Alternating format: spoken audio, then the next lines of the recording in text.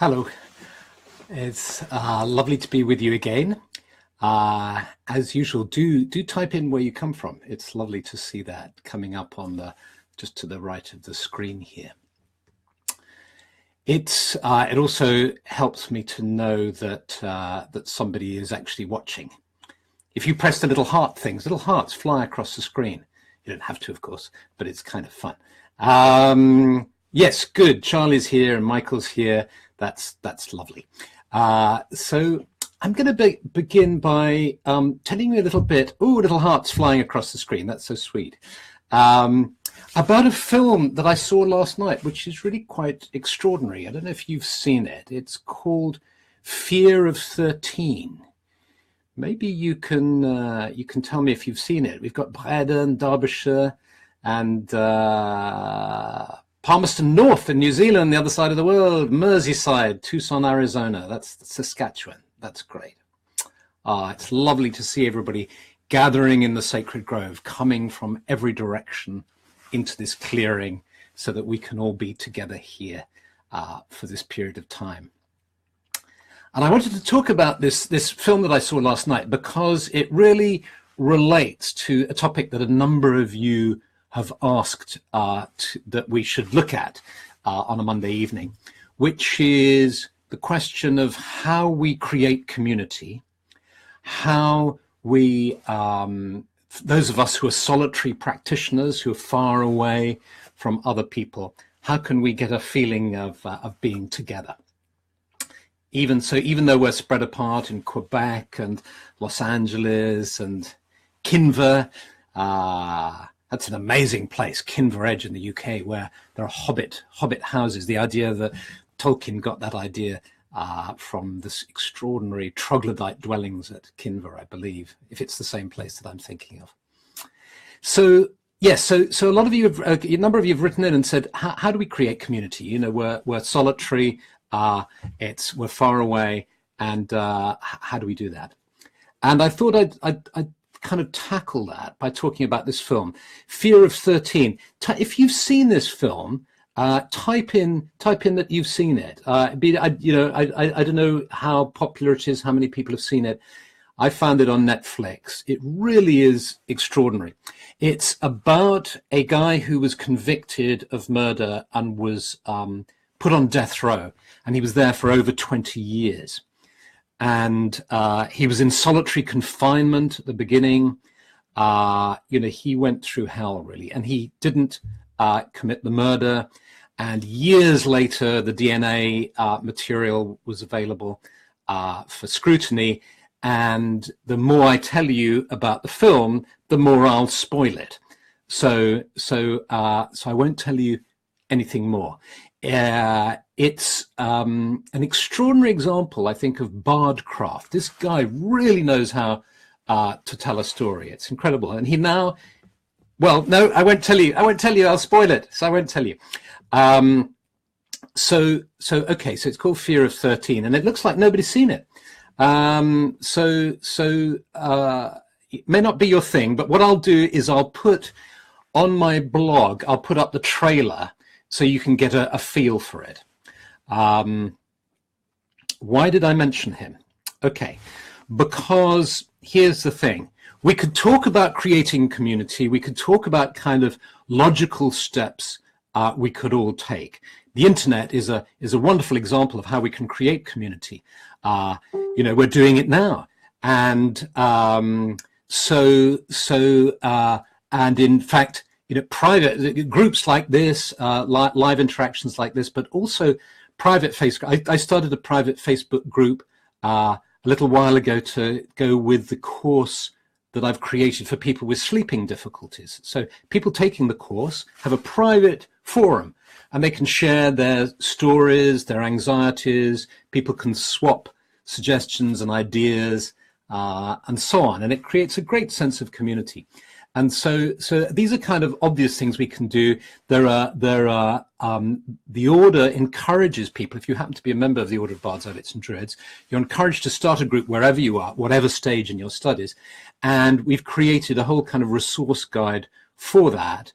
And in my blog, I'll give a link to that as well. So that's something that's evolved over 20 years. So lots of ideas for you.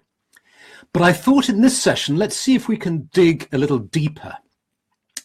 Because I think really what we're talking about at some level is the problem of loneliness, of feeling separated and isolated. This is a huge problem. My uncle, who was a lovely man, Philip Carr-Gomm, he dedicated his life to this problem. He started all sorts of initiatives for that. So I became aware of this problem from a young age, from talking with him. And, you know, I think it's 20% of households in the United States are single person households. The fastest growing sector of housing in the United Kingdom is single person household. Up at the top of the road here, they've built a bunch of houses for one person. The one person houses, complete with kitchen, bathroom, bedroom, washing machine, cooker, I mean, just for one person. So it's, despite all the interconnection that is offered by the internet and, you know, living together in cities, ironically, we are all more alienated than ever. And I'm going to make two suggestions as to how possibly we can engage with that. And I would absolutely love to hear your comments. It may take a while for you to experiment with what I'm going to suggest. So do get back later. I think that would be, I'd be really grateful to hear what you feel about this. Now, the first one idea is triggered by what happens in the film Fear of 13. Now, somebody said, don't tell me what happens because I'm going to watch it. Is this the Fear of 13 Storyville documentary, says Sammy. Yes, it is. It's that one.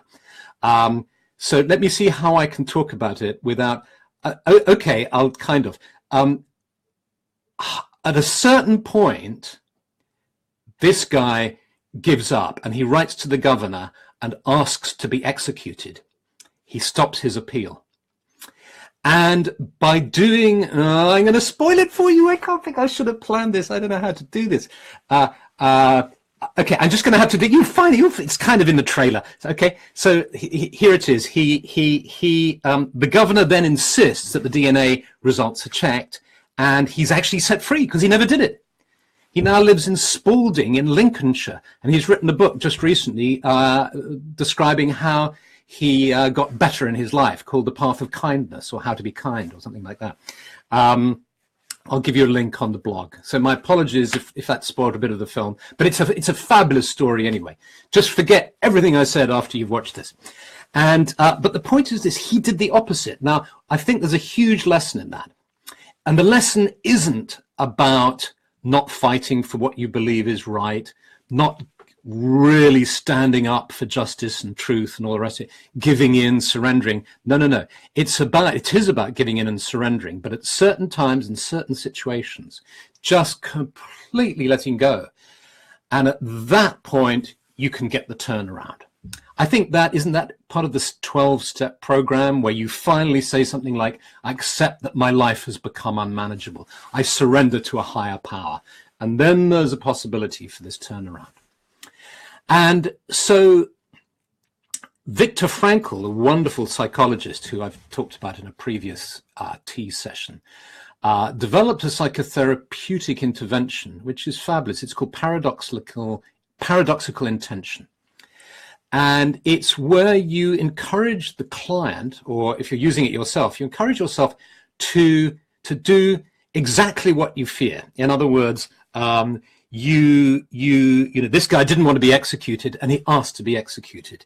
Frankl gives various examples, you know, a client who comes and says he's terrified that he can consciously create a heart attack just by thinking about it.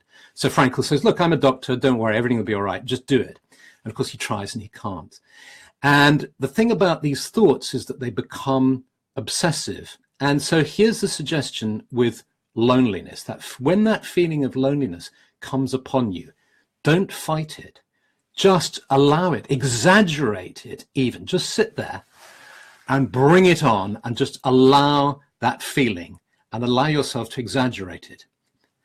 And what that can do is it can create a kind of psychological judo where suddenly the feeling changes precisely because you've acknowledged it and because you're not pushing against it. Many feelings exist because of the pressure we exert in order to resist them. So the suggestion is, don't resist, surrender. Just surrender to it, and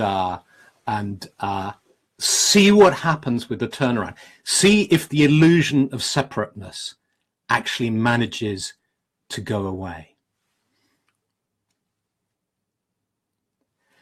And you know, there are people who say, when we die, we are alone. We're all alone when we die.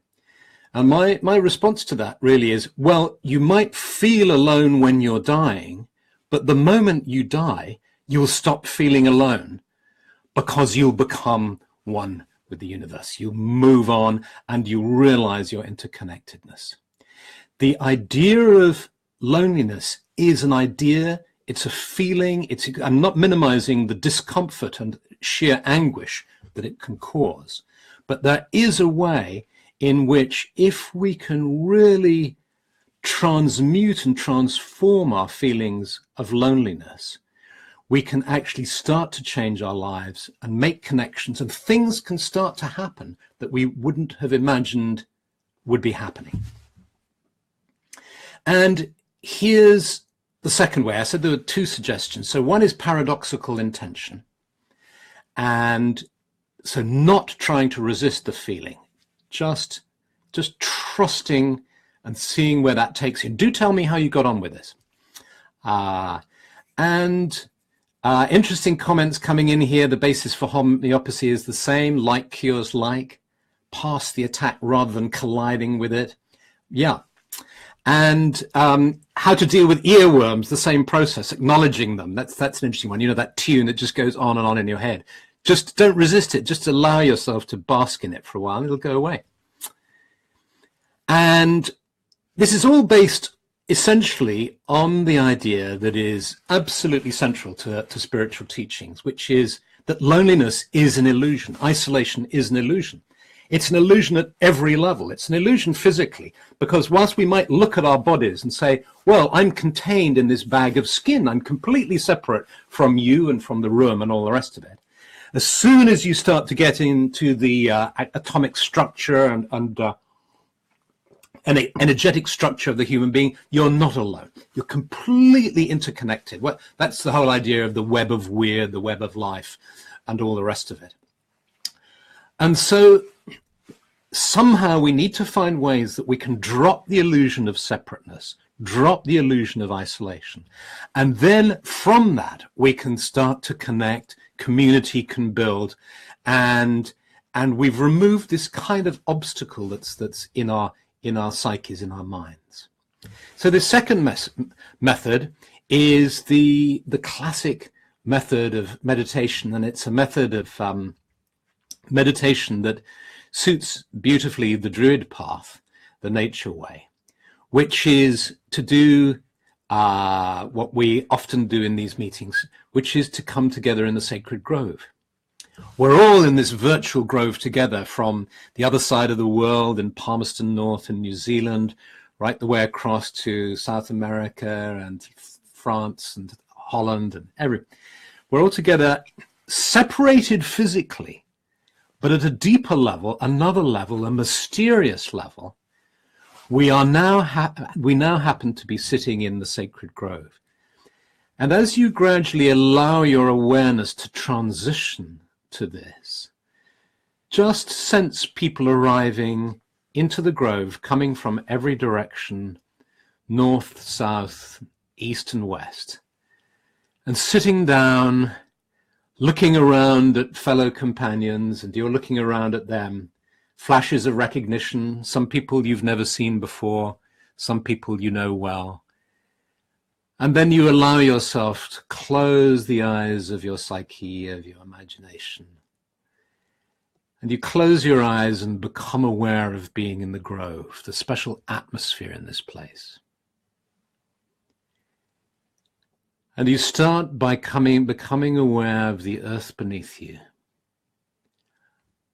allowing your anxieties and concerns just to drop away into the earth. And as you do that, you become aware of the roots of the trees in the earth. You start to feel as if you too belong in this earth. As your awareness moves down, you realize that you aren't separate from this earth. You can feel the roots of the trees, of the plants, the little creatures in the earth, the insects, the worms, the life of the minerals and the stones, the soil. And you realize that your life blends imperceptibly and deliciously into this life. And there's just a flow of energy and exchange.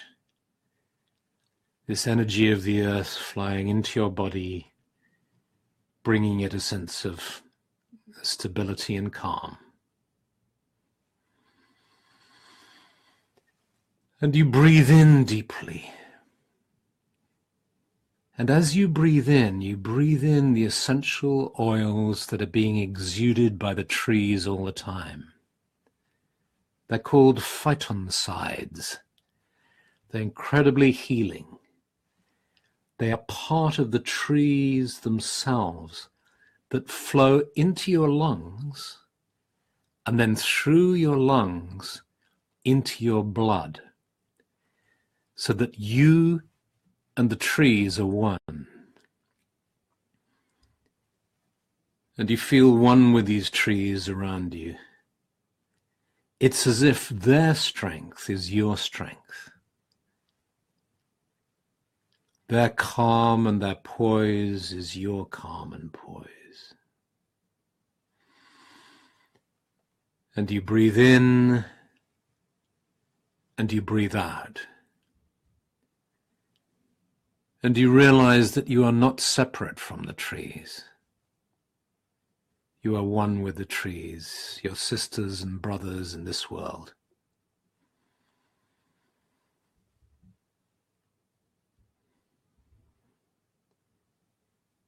And you open your psychic eyes and look up at the sky, and you see the stars and the moon, the beautiful night sky,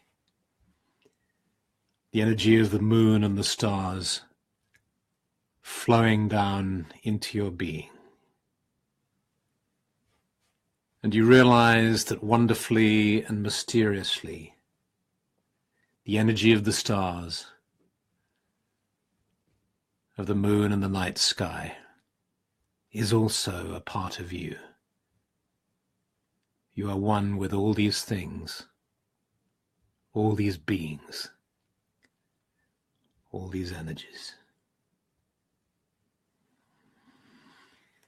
And you look around you in the grove, and you see your companions seated around you.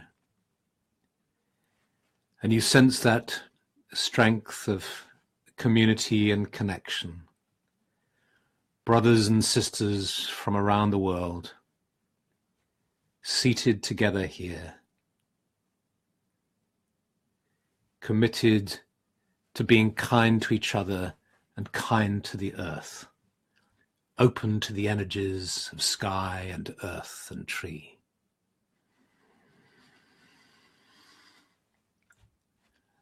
And you take in a deep breath and slowly open your eyes.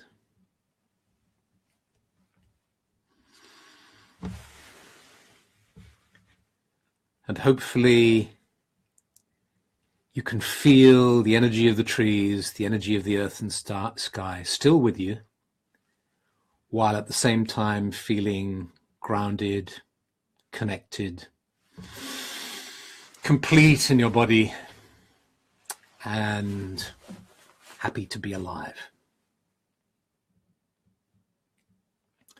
Lots of little hearts are flying across the screen. How sweet. And little thumbs, little blue thumbs are flying across the screen like that. That's fun. So I could sit here for hours with you, but I know that's not wise. And It's just lovely to spend this time with you. And I just keep having to remind myself that less is more, and that it's better to leave the table slightly hungry than sated. And so, so I'm going to send you lots of love now, and I'm going to do let me know how you feel about those exercises. You know, it may take you a while. It's a big issue, this question of feeling isolated and alone. But I think the reason, you know, the reason I mentioned that film was, you know, this guy was in solitary confinement. He was so isolated and alone, and his life, as you'll see, has changed so much. And I've had friends who've been very isolated and alone, and now their lives are very different. So it is possible to turn it around, and there is a real function in going through that. Somebody mentioned, oh, I think they meant dessert, but I was saying the desert, going through the desert, and but Katie meant dessert, I think, second helping. And but yes, there is a need for those periods of the wasteland, of the desert, of hermitage, of aloneness, and so on. So lots of love, and see you again next week. And I look forward to reading your comments this evening and tomorrow. And I'll pop everything up on YouTube and on the blog, so you can see the links and so on. Okay, bye then. Bye.